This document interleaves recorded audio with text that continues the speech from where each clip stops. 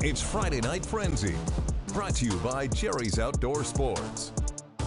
Oh boy, get on in here, football fans. Welcome to the Week 8 edition of the Friday Night Frenzy, brought to you by Jerry's Outdoor Sports. He's Derwin Worrell. I'm Mike Kretz. You know, we're really starting to get into the meat of our season. That said, you know, as far as highlights go, this might be our lightest night yet. Plenty of scores to get you to know about. Derwin, you're going to kick us off tonight with the highlights, huh? Yep, definitely. Yes, Central. They had a home game tonight against the Greeley Central team. Greeley Central, they've lost 3 in a row going into this one. Could the Central Warriors send them with a 4th L? Let's go to Stoker Stadium for this one. Central looking to give their fans something to shout about. They're always pretty amped up.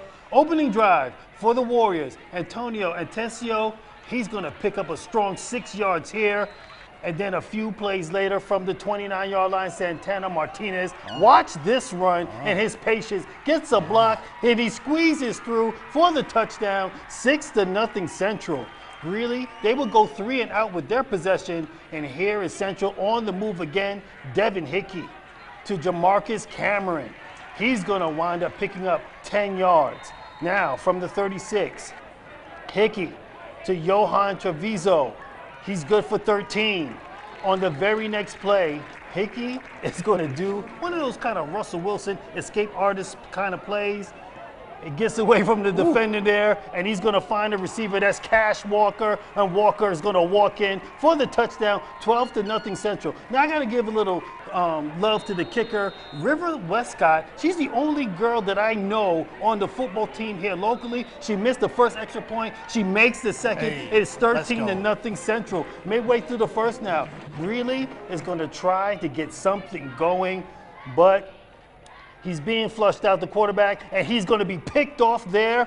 And this ball is going to be returned by Christopher Grove inside the 10-yard line. And, Mike, this is where Devin Hickey gets me with the fake. I think 30 has the ball. He doesn't have the ball.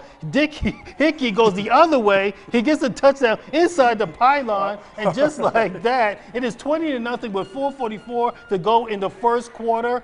And then, now it's the second quarter now. This is Martinez just carving up the defense.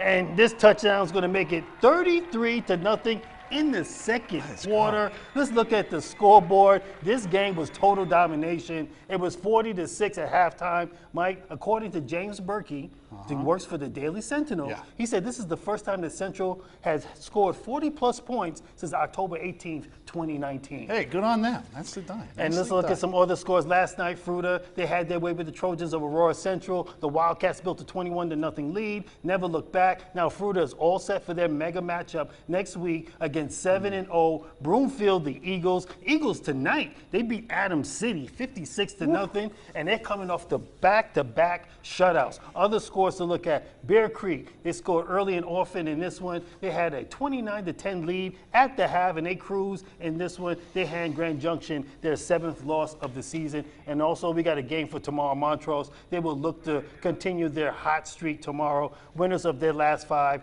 they're just going to try to make it 6 against the Cougars of Coronado tomorrow at noon.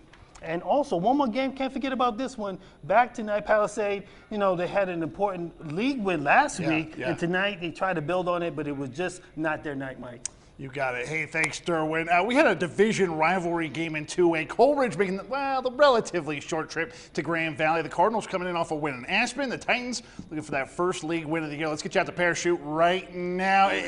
I mean, it might be as American as football gets. Homecoming at sunset on the side of a scenic highway in sweater weather, fall evening. Come on, man. Great Valley. Parachute's the spot for sure. First half, defensive battle. Coleridge stopping the Cards' run game early, forcing a punt here. 3rd and long. Ryder Powell, he's going to get to show off his athleticism from the quarterback position, but Eagle Valley does just about enough to trip him up right at the to-go yard line, but forcing a 3 and out, forcing a punt, and this is how he started driving the Cardinals first down. Andrew Horner, a shallow drop, got plenty of air into that, and Scotty Vines high-pointed that ball, nicely done there.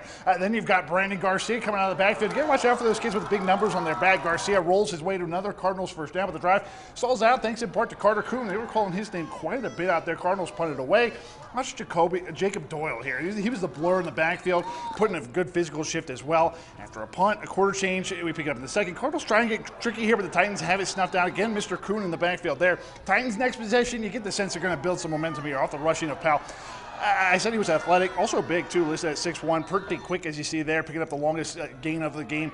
Very next play, guess who? Pound kind of putting defenders on skates, but the big man Doyle gets his mid on him, ball comes out, Cardinals recover, and if you're there for the Grand Valley homecoming, you're likely hoping to get some momentum going, but again, the Titans D does a nice job stuffing the drive, forcing yet another punt, and again, like I said, a defensive battle. Nice job on the edge by Mason Shopper. I call him the run stopper there, forcing another punt, and here we go. Horner with another quick completion, this time to Cade Sackett. He is off to the races, picking up a nice big chunk of yards, picks up the first down there. Cardinals go back to Garcia. He's going to take a big hit on this play, but look, the Cardinals, they're moving in the right direction and still doing so here. Off the drop, Horner in the gun, hits up Jordan Cedeno with a fingertip catch, putting the Cardinals in easily their best field position of the night, and the field position is rewarded. Horner follows the big guys up the gut. Cardinals strike with short time left in the half. I'm not going to lie, I started thinking about the drive back to the station. I catch the Titans catch a break here off the forced fumble from Doyle, and I owe that young man an apology. Only 20 or so seconds to go in the half. I think it's time to get out of Dodge. Very next play, he got a pick six. I'm pretty lame for missing that play. Pretty cool for getting you to the scoreboard, though. What I can tell you is Cardinals, they would go on to win homecoming night 27-14. It's going to be a fun night out there in Parachute for sure. Out in Aspen, a different story. It was the Bears getting a nice road victory, 43-7 is your final. Rifle hosts Grand Valley next week. That's going to be a lot of fun. By the way, Delta off this week. They are on the road next week. They'll take on they'll take their undefeated season, I should say, up against Bayfield. Let's move on to 1A now. Olathe got blanked again last night, 42-0 North Fork. Miners now 500 on the season, 500 in league play. Pirates, well, they're looking for that first win next week against Buena Vista. North Fork hosting Gunnison next week. Cedar Edge off tonight as well. Let's move on to another part of the game. Maybe we don't talk about this enough, Derwin, officiating. You've probably seen the headlines before COVID even came up, officials needed. Now more than ever, this season we've had games move from Friday nights to Saturdays, Thursdays even, and it's not just in football. Soccer, softball, they've had scheduling problems because of a lack of officials. Lacrosse, for example, they're going to only be able to play one night a week here this next season. The situation not getting any better by itself. Chas's newest commissioner, Mike Kruger, along with the newly formed officials task force, they're now making the official shortages a top priority. They know we're in desperate times, and we've got to do something, or high school sports may be going away as we know it. I think it goes with crowd expectations, it's pay, and it's kind of how we value our officials, and that's going to go from me to our high school ADs and show them appreciation. Hey, parents kind of bear that responsibility too, right? Yeah, hopefully we can get some parents to step up and maybe help out, because we want the high school sports to continue on. Absolutely. It sounded pretty grim. I'll have more of that next week, but for now, that's all the time we have for the Friday Night Frenzy. For Derwin Well, I'm Mike Kretz. We'll see you then.